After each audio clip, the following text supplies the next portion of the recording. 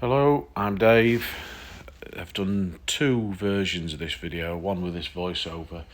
There's a bit of an introduction really, just in case anyone's interested. I've got my cat on my knee, so if you can hear some purring, it's because with one hand I'm holding my phone and with the other hand I'm stroking my cat because he wants feeding. He won't leave me alone until he gets it. So, this layout, it basically started off a couple of years ago. My wife bought me a Hornby train set, and I think that's because my daughter at the time, when she was about 3, we got one of them wooden ones where they clip together like jigsaw pieces, and she used to love me building it basically. But then she wouldn't ever let us run trains. It was bizarre. I'd have these intricate, crazy big setups laid out. And never get to do them, then she'd pack it away. So I think my wife bought me that, thinking that me and my daughter would get to play on it, which for about 20 minutes my daughter wanted to race 2 trains around at full speed, where they were derailing and flying off the track. They didn't run particularly great, it were only a basic setup, and I got bored of that one, to be fair. I did a bit of a 7 foot by 4 foot board on. I put it on top of a pool table I've got, and what I found is it stopped me using my pool table because it was so big and heavy. The plan was to just lift it on and off, but then it weighed an absolute ton because I built it with 3/4 ply. And then at one point I decided, I were up at Loft one day and I thought this will make a good area for a railway. That was probably 18 months ago. I live in a bungalow.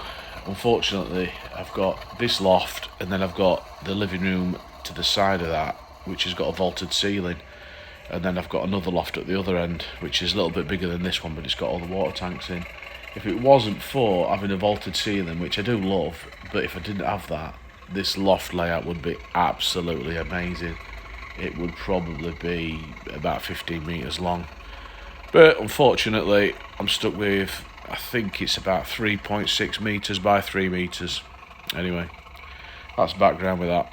I started off, I'm not really an enthusiast. I don't really know much about railways, so some of the stuff on my layout will probably look absolutely ridiculous. I've just made it all up as I've gone along. Watched YouTube videos. I watched loads and loads of Everard Junction, Dean Park, Chadwick, all the main ones, and I just got a few ideas and bits I liked. I liked the viaduct on Chadwick, so I got one of them, and just went from there.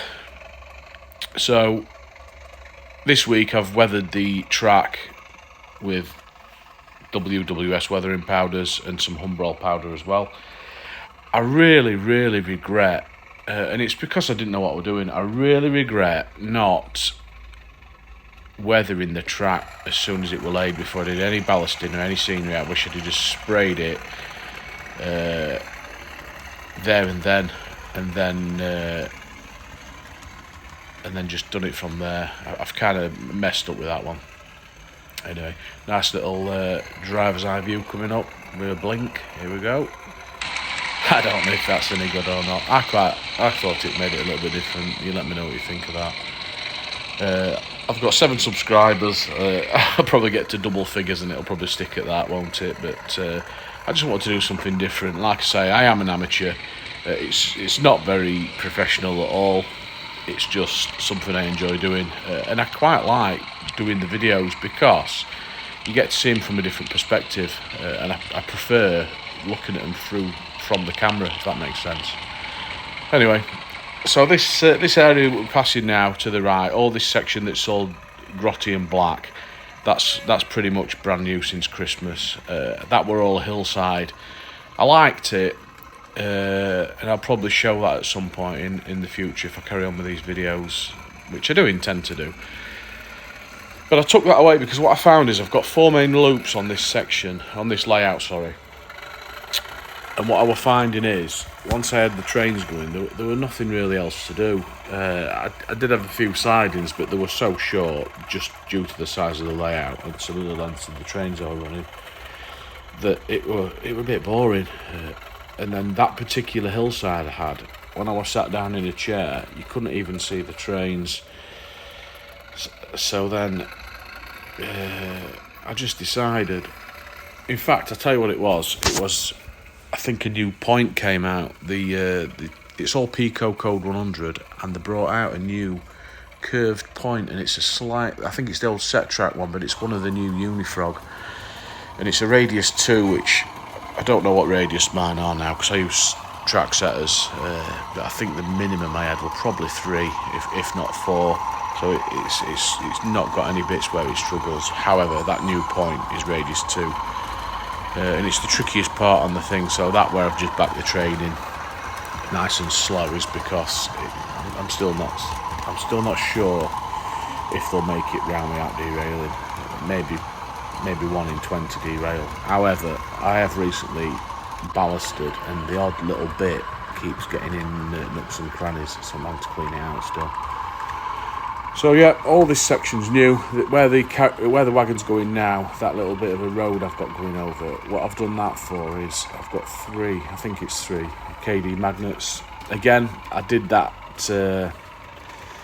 I rushed in, did all the track, did all the ballasting, didn't think about uncoupling, so I've had to have they're quite ugly magnets, aren't they, but I've disguised that one quite well, which is why I've got a bit of an area with a bloke stood even in the middle of the lines quite dangerously. I've designed it on purpose that some of the things are quite ridiculous, and I've done it really for my own comedy purposes.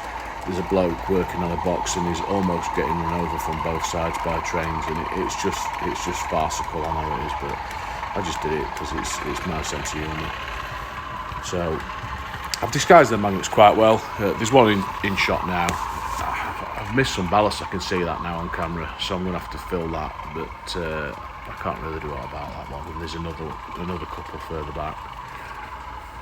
So yeah, that's that.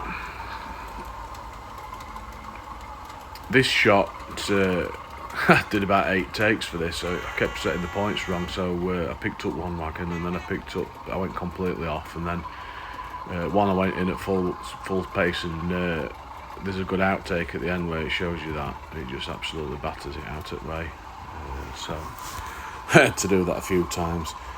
And then doing weathering on the track, what I've ended up doing is causing this particular loco. It's a bit more sensitive than the others, but if you don't keep on top with the wheels cleaned, which I don't normally have to do, but now I've put weathering powder all over my lines, I've kind of caused myself a bit of a nightmare. And